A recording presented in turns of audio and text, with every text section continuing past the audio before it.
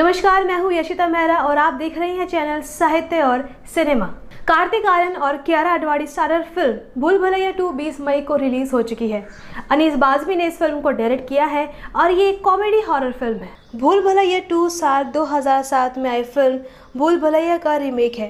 Part 1 में अक्षय कुमार, विद्या बालन और shiny Ahuja lead role में थे, जबकि पार्ट 2 में कार्तिक आर्यन, कियारा आडवाणी और तब्बू अहम भूमिका में नजर आ रहे हैं। साथ ही साथ फिल्म में राजपाल यादव, संजय मिश्रा, राजेश शर्मा, अश्विनी कालसेकर, अमर उपाध्याय भी मुख्य किरदारों में हैं। बीते कुछ वक्त पहले बॉलीवुड की फिल्मों का बॉक्स ऑफिस रिकॉर्ड कुछ अच्छा नहीं रहा। आलिया भट्ट की गंगूबाई काठियावाड़ी को छोड़ दे तो बाकी फिल्मों का प्रदर्शन कुछ खास नहीं रहा।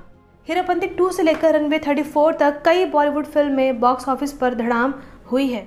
तो करेंगे फिल्म के सभी पहलुओं पर बात, लेकिन उससे पहले अगर अभी तक आपने हमारा चैनल सब्सक्राइब नहीं किया है तो जल्दी से कर लें और बेल आइकन भी दबा लें ताकि हमारी सभी अपडेट्स आपको मिलती रहे। लगभग 15 साल बाद फिल्म की फ्रेंचाइजी भूल भुलैया 2 फैंस के बीच नई कहानी, नए डायरेक्टर और नए स्टार कास्ट के साथ आ चुकी है।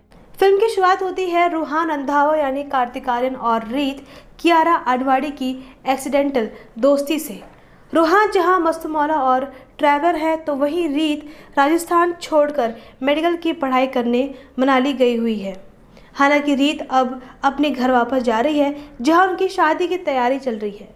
मनाली में रूहान से मिली रीत उसके कहने पर बस मिस कर देती है, जो आगे चलकर खाई में गिर जाती है।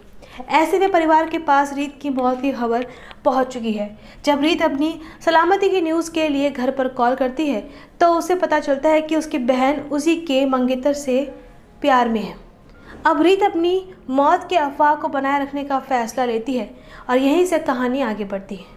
रीत की मदद करने रूहू उसके साथ राजस्थान जाता है, जहां उसे पता चलता है कि हवेली के एक कमरे में मंजुलिका की आत्मा को पिछले 18 साल से कैद कर रखा गया है। मंजुलिका की जो अपने पिता और अपनी बहन अंजुलिका के साथ राजस्थान के भवानीगढ़ में किसी राजा साहब यानी मिलिंद गुणा जी के यहाँ बंगाल से आती है। पिता को उनके यहाँ नौकरी मिली है, लेकिन मंजुलिका को पिता का अंजुलिका से ज़्यादा लगाव पसंद नहीं आता, तो वो बदला लेने के लिए काला जादू सीखने लगती है। और जब राजा कुंवर साहब उसके बजाय उसकी बहन से शादी करने का फैसला करते हैं तो गुस्से में अपने पिता का खून करने के बाद कुंवर साहब को भी मारने की कोशिश करती है, लेकिन बहन अंजुलिका के हाथों मारी जाती है और जाहिर है वो भूत बन जाती है और एक तांत्रिक आकर उसे एक कमरे में अभिमंत्रित त्रिशूल दरवाजे पर लगाकर बंद कर देता है। पिछली फिल्म भी मंजुलिका के कमरे में बंद रहने के ऊपर ही थी।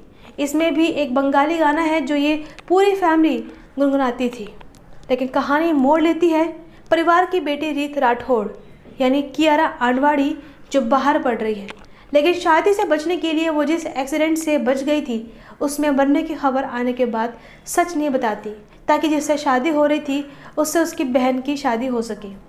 इसमें उसकी मदद करता है रास्ते में उसका दोस्त बना रोहन रंधावी यानी कार्तिक आर्यन, जो सबको रीत की आखिरी ख्वाहिश बताकर उसी हवेली में फिर से परिवार को ले आता है, जिसमें कि मंजुलिका यानी तब्बू बंद है और उसकी हमशक्ल बहन अंजुलिका ये भी तब्बू है, रीत की भाभी। धीरे धीरे वही ड्रामा होता है जो आपने भूल भुलैया में देखा था। तमाम भूतिया घटनाएं होती है, तमाम हंसी के फव्वारे उड़ते हैं। राजपाल यादव और संजय मिश्रा की जोड़ी के साथ साथ कार्तिक आर्यन के भी तमाम सीन्स हैं जो लोगों को काफ़ी हंसाते हैं। कॉमेडी फिल्म मेकिंग के बादशाह अनीस बाज़मी ने पहली बार हॉरर कॉमेडी जॉनर का प्रयास किया है और वो इस प्रयास में काफ़ी हद तक सफल भी साबित हुए हैं। फिल्म के कई सीन्स आपको हंसते हंसते लोटपोट कर देते हैं, तो कुछ सीन्स में आप डर कर आँख भींच लेने पर मजबूर भी हो जाते हैं। कॉमेडी और हॉरर का ज़बरदस्त मिश्रण आपको एंटरटेनमेंट के एक खूबसूरत राइड पर लेकर जाता है। फिल्म के वन लाइनर्स और उम्दा डायलॉग्स इसकी जान है, जिसके लिए राइटर आकाश कौशिक और फरहाद शाम जी की दाद देनी होगी। पैसा वसूल हॉरर कॉमेडी है। कार्तिक आर्यन ने अपने हिस्से का काम बखूबी किया है। कार्तिक की कॉमिक टाइमिंग गजब की है। कार्तिक के बाद तब्बू और राजपाल यादव ने अपनी एक्टिंग से दिल जीत लिया है। कियारा ने भी बहुत अच्छी एक्टिंग की है और बेहद खूबसूरत दिख रही हैं। तो फिल्म के बाकी कलाकारों ने भी अपने काम के साथ न्याय किया है। ओवरऑल थिएटर में देखने लायक फिल्म है। उम्मीद है ये वीडियो आपको पसंद आया होगा। अगर ऐसा है तो इसे लाइक, शेयर और सब्सक्राइब ज़रूर कीजिए। शुक्रिया।